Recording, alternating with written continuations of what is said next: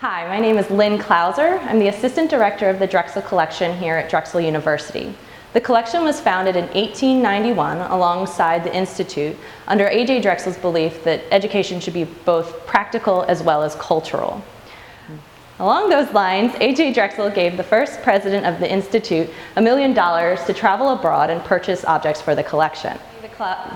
Today, the collection houses about 6,000 plus objects that have been donated to the university by Drexel alum, friends, and Drexel family members. The collection includes decorative arts, fine arts, including 19th century European paintings and sculpture, works on paper, metals, ceramics, and furniture.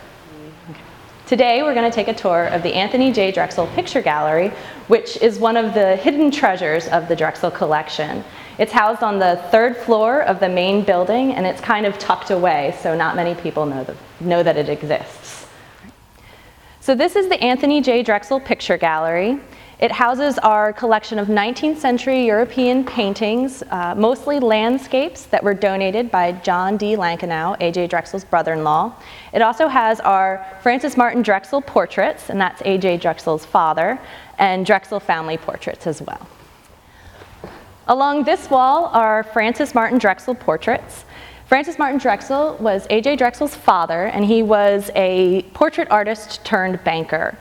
He was born in 1792 and came to America fleeing the drafts of the Napoleonic Wars. This portrait of him is our youngest image we have of him at age 25. The painting was thought to be his earliest painting done in America, but we realized that it's actually paper mounted on canvas, and so the thought is he actually rolled up the painting and brought it with him to America and then mounted it. So this next portrait of Mrs. Gottlieb Grundlock is actually most likely the first portrait he did in America, and it's of his landlord in Philadelphia. And she looks pretty unhappy, and we think it might be he tried to use the portrait as his first month's rent.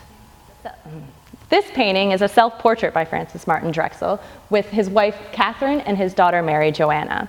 The painting is one of his most successful, with clear details showing the pigments and the palette of the artist. And it was exhibited in the Pennsylvania Academy of Fine Arts 1825 exhibition. In 1826, Francis Martin Drexel traveled to South America to paint portraits of the new leaders of the Republic down there. He would then take those paintings and create prints of them to sell and make more money to send back to his family in Philadelphia. Unfortunately, with the fast rotation of the leaders in South America, he didn't make as much money as he had hoped. One of our portraits that came from this time period is this portrait of an unknown South American official, which is one of our more recent donations, as well as a recently conserved piece and new to the picture gallery. Along this wall is our landscape collection. Most of these paintings came from John D. Lankenau, with the exception of two that were from A.J. Drexel's personal collection. Our landscapes consist mostly of the Barbizon School and the Dusseldorf Academy. Both of these schools were created to elevate the level of importance for landscape paintings in the eyes of the salon. On the far side, we have two Corot paintings. Corot was the leader in landscape painting, and while he's not quite part of the Barbizon School, he worked earlier than them, he was one of the first to try to elevate landscape painting. The next group is the Barbizon School, which was active between 1830 and 1870, and consisted of landscape artists living in a village of Barbizon outside the forest of Fontainebleau. These pieces are some of the predecessors to Impressionist painting, which happened later in the 19th century. Next, we have our Dusseldorf Academy paintings. And again, this school was meant to elevate the level of landscape painting in the exhibitions and salons. Two of the leaders of the Dusseldorf Academy are Andreas and Oswald Achenbach, of which we have 4 Oswald paintings and one Andreas painting. These two paintings are done by Oswald Achenbach, and he truly enjoyed this more city scene than the natural landscapes. Okay. Although a lot of his pieces are somewhat idealized and may not actually exist as views in the real world, in nature. He also tended to add some social commentary to his paintings with the juxtaposition of wealth that he displayed, from the church to high society to the beggars on the streets. The last painting I want to talk about on the landscape wall is this painting of the Wissahickon by William Trost Richards. Richards studied at the Hudson River Valley School, which was highly influenced by our Dusseldorf the Dusseldorf Academy. You can see some of the similarities between the two landscape paintings with the golden glow of the light and the highly detailed elements. On this wall is our more immediate family with Anthony J. Drexel and his wife Ellen, and their daughter Sarah Drexel Van Rensselaer and her husband, as well as their youngest son, George W. Childs Drexel, and his wife, Mary Eric.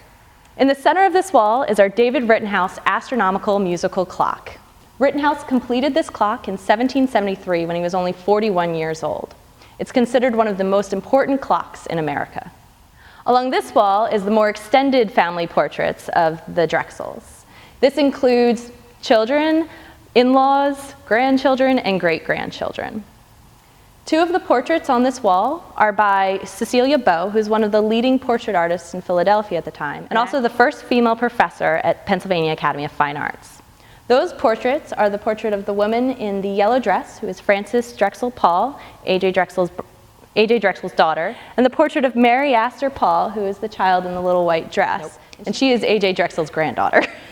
Two other portraits that I would like to point out are the portrait of Amanda Fell Cassatt, the tall woman in the red dress. Most of her accessories and clothing are actually located in the Fox Historic Costume Collection. The next portrait is of Anthony J. Drexel Biddle Jr., which is actually on loan to our collection. Anthony J. Drexel Biddle Jr. was considered the best dressed man ever by GQ.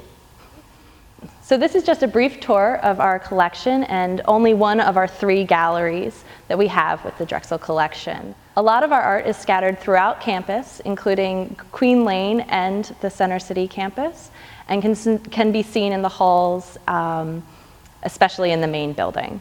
Some upcoming events that are happening with the Drexel Collection are new exhibitions that are rotated every 2 to 3 months in our Ringcliffe Gallery, which is right outside the Picture Gallery. Currently, we have Larry Clark's Tulsa series up in our Ringcliffe Gallery, and later in the fall, we will have an exhibition on toys and miniatures.